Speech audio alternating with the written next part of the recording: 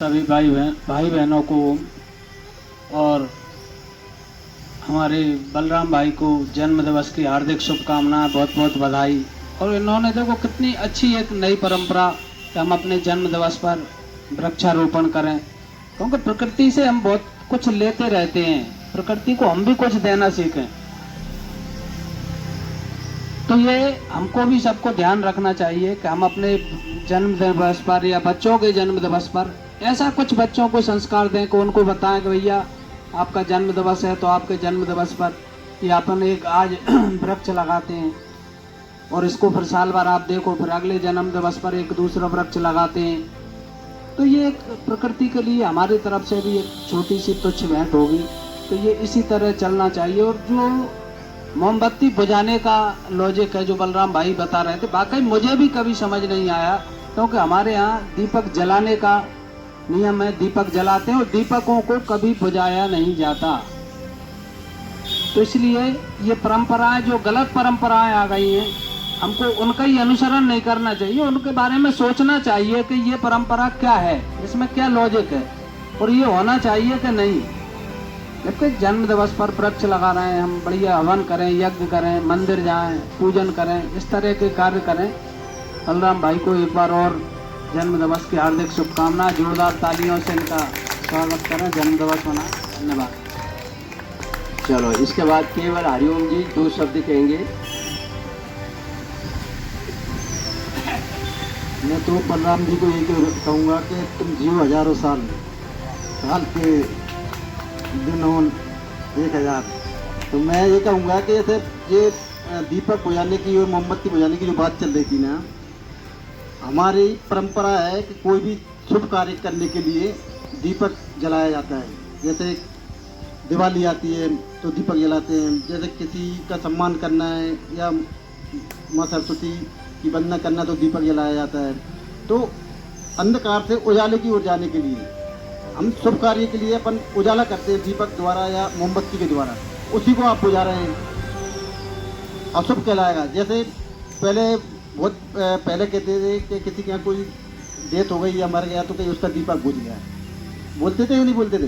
तो इसलिए मैं तो ये कहूँगा कि दीपक, जैसे आप कभी किसी का जन्मदिन मनाएं या कोई शुभ कार्य करें तो वहाँ पर कभी भी मोमबत्ती को ना बुझाएं, ना दीपक को बुझाएं। ये हमारी उजाले का प्रतीक होता है, मतलब जिंदगी में या किसी भी कार्य को करने के लिए उजाला प्रदान करता है। इसलिए ध्यान रखें। और बलराम जी को बहुत बहुत बधाइयाँ जन्मदिन की, बहुत बहुत शुभकामनाएं। अंत में, क्या ये कोई पतंजलि में नई प्रथा नहीं है कि पेड़ लगाने वाली? बाबा श्री ने कई वर्षों से ये बता रहे हैं कि जन्मदिन कैसे मनाए, और पेड़ पौधे लगा के आज से नहीं, हम कुछ वर्षों से ही मना रहे हैं। आचार्य जी 4 अगस्त को बालकृष्ण महाराज का जन्म दिवस है, पूरे देश में पौधे लगाए जाएंगे। लेकिन आज बलराम जी ने एक बात कही कि अपनी माँ का, बच्चे का जन्म तो माँ को जरूर धन्यवाद देना चाहिए, बहुत अच्छी बात। तो अब हम में लास्ट में एक माँ के रूप में शरीर, आप 2 शब्द कोई हो, गर्ग बहन जी या ललिता बहन या लीला बहन जी, तो मैं को आप नीचे लीला श्रीवास्तव, उनको जन्मदिवस की हार्दिक बधाई। उन्होंने अपनी माँ का सम्मान किया, मुझे बहुत गर्व महसूस हुआ। ऐसे बच्चे आज भी हैं और हमेशा रहेंगे जो अपनी माँ का सम्मान करते हैं। माँ से बढ़कर कोई नहीं है, माँ की ममता सबसे निराली है। एक बच्चे का जन्म माँ जब देती है तो वो एक ही एहसास करती है कि जो भी मेरे बच्चा हो वो आगे जीवन में इतना बढ़े, इतना आगे जाए कि उस समय मैं अपनी छवि देखूं। ओम जी।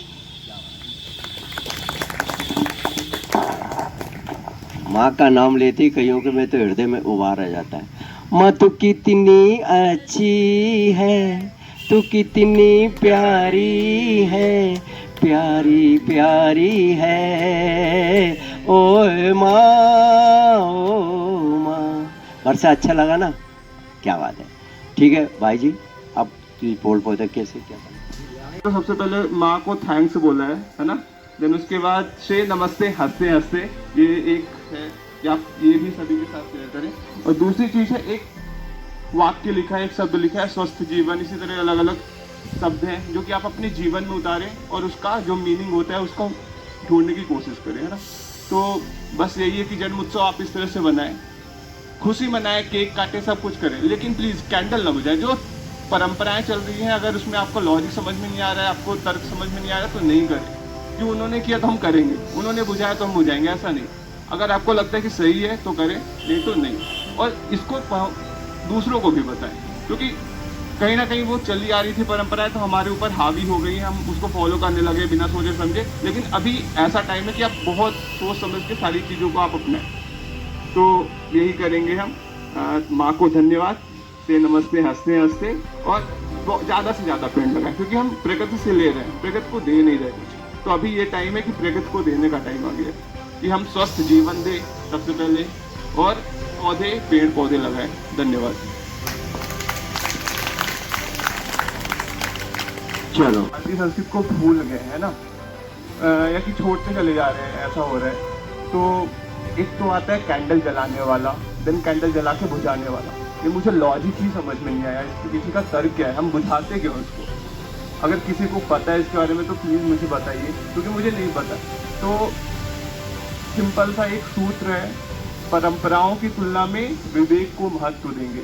जो आपका विवेक है, जो भी परंपराएं चल रही है, लेकिन आपका जो विवेक बोल रहा है, आपका जो ज्ञान बोल रहा है, आप उसी की अकॉर्डिंग उसका निर्णय लीजिए, उसको फॉलो नहीं कीजिए। अगर आपको पता है कि कैंडल जलाने के बाद बुझाया जाता है, उसका ये लॉजिक है, ये तर्क है, तो वो सही है। अगर आपको लगता है कि ये गलत है, क्योंकि आप फूंक मारते हो, अब यहाँ से एक क्लियर चीज़ होगी कि बुझाना नहीं है, क्योंकि वो अशुभ है। तो प्लीज़ आप लोग यहाँ पे जितने भी लोग हैं, एक प्रतिज्ञा कीजिए कि हम बुझाएंगे नहीं। आप जरूर दीपक जलाइए, क्योंकि दीपक जलाना एक ऊर्ध्वता का प्रतीक होता है, उन्नति का प्रतीक होता है। हर एक जन्म दिवस में आप एक दीपक जलाइए। दूसरा बहुत महत्वपूर्ण कार्य है, जो कि हम प्रकृति से लेते हैं।